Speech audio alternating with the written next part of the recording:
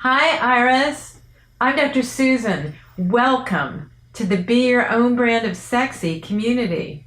We're so happy to have you with us. Now, based on your quiz results, I would like to ask you a question. Is it possible that sometimes you feel a little resentful or angry, but you have trouble admitting or expressing your anger in productive ways?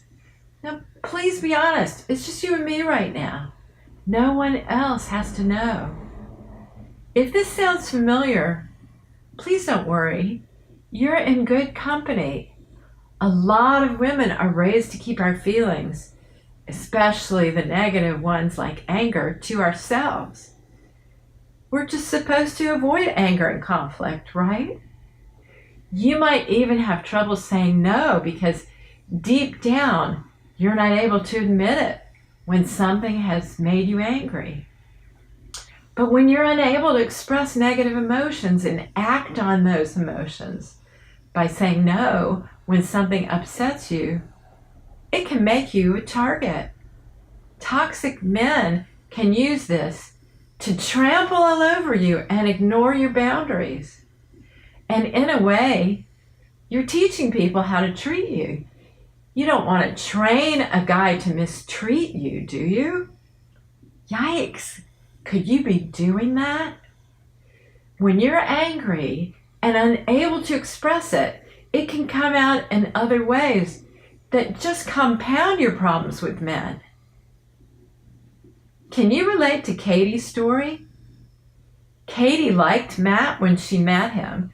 He was great. He was attractive and successful and very fun to be around. The two of them really hit it off on their first date, and Katie was looking forward to seeing where things were going to go. Their relationship continued to progress, but there was one thing that Matt kept doing that Katie really didn't like. Matt would take phone calls from his clients anytime they were out on a date. Matt had no idea this bothered Katie because rather than telling him how she felt, she just gave him some weird looks, became really quiet, and would kind of sulk after he did it. Katie would stop texting Matt for several days after it happened. And Matt would ask her what was wrong, what was bothering her, but Katie would deny that anything was the matter. Katie didn't even give Matt a chance to change his behavior because she wouldn't bring it up. So he got frustrated and he finally broke off their relationship because he didn't think that they could communicate effectively. What happened to Katie and Matt's relationship? Katie couldn't tell Matt what was bothering her, and when she bottled up all of her feelings, it came out in ways that severely harmed their relationship and led to its demise. Unfortunately, what happened with Katie and Matt is a pretty common problem in a lot of relationships. Katie couldn't say no to Matt's calls with his clients.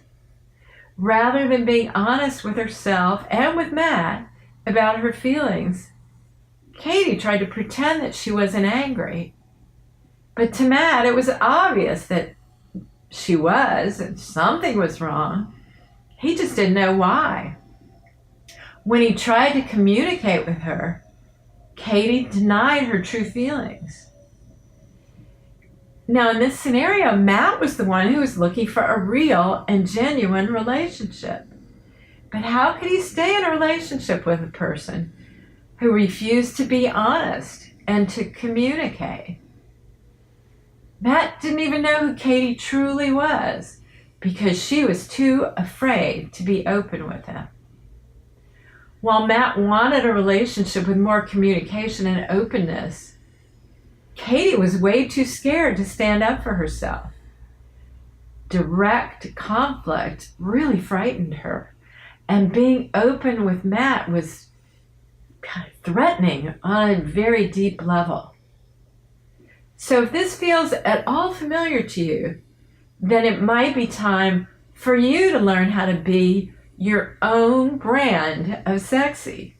That means figuring out what you want, what works for you on a personal, individual level, and what approaches to take that will help you to achieve your relationship goals, whatever they may be.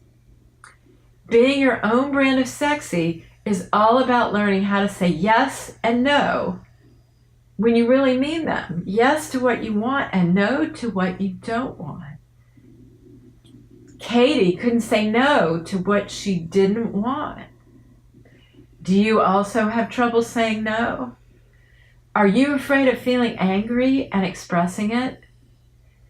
A lot of us have trouble saying no because deep down, maybe we're afraid of conflict. We don't want someone to get mad at us. Maybe you're even afraid of losing a guy if you say no to something he wants, even if you're really not comfortable with it. It's possible that your inability to say no started as a way of dealing with your anger growing up. Maybe you weren't safely able to express your anger as a child or maybe as a teenager.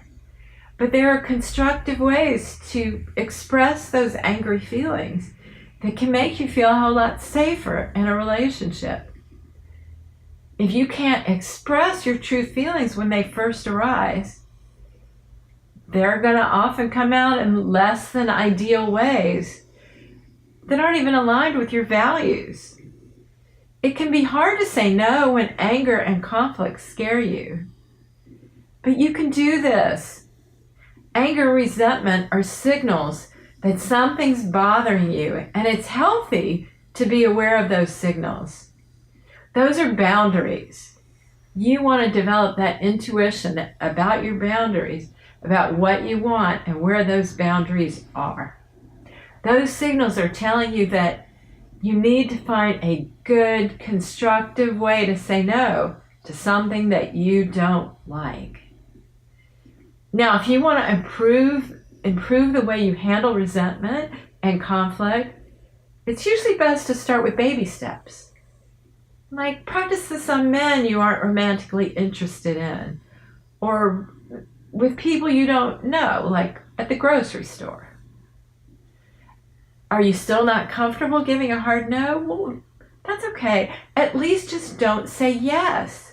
You can say maybe, or I'd like to think about that. Please don't worry if you aren't sure if you can do this yet.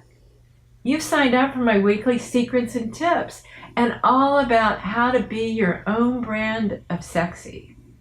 I'm going to be sending you more information in the next few weeks that's going to help make this process a whole lot easier for you. We're going to start to shift your mindset so that you can begin to think about what you want from men, and I'll show you how to get it. Please leave a comment below or shoot me an email and let me know if this problem sounds familiar to you or not. What steps have you taken to transform your love life, and what do you want to try next? You can be your own brand of sexy and change your love life forever. Are you ready to be your own brand of sexy? I'm super excited for you to take this journey. Bye.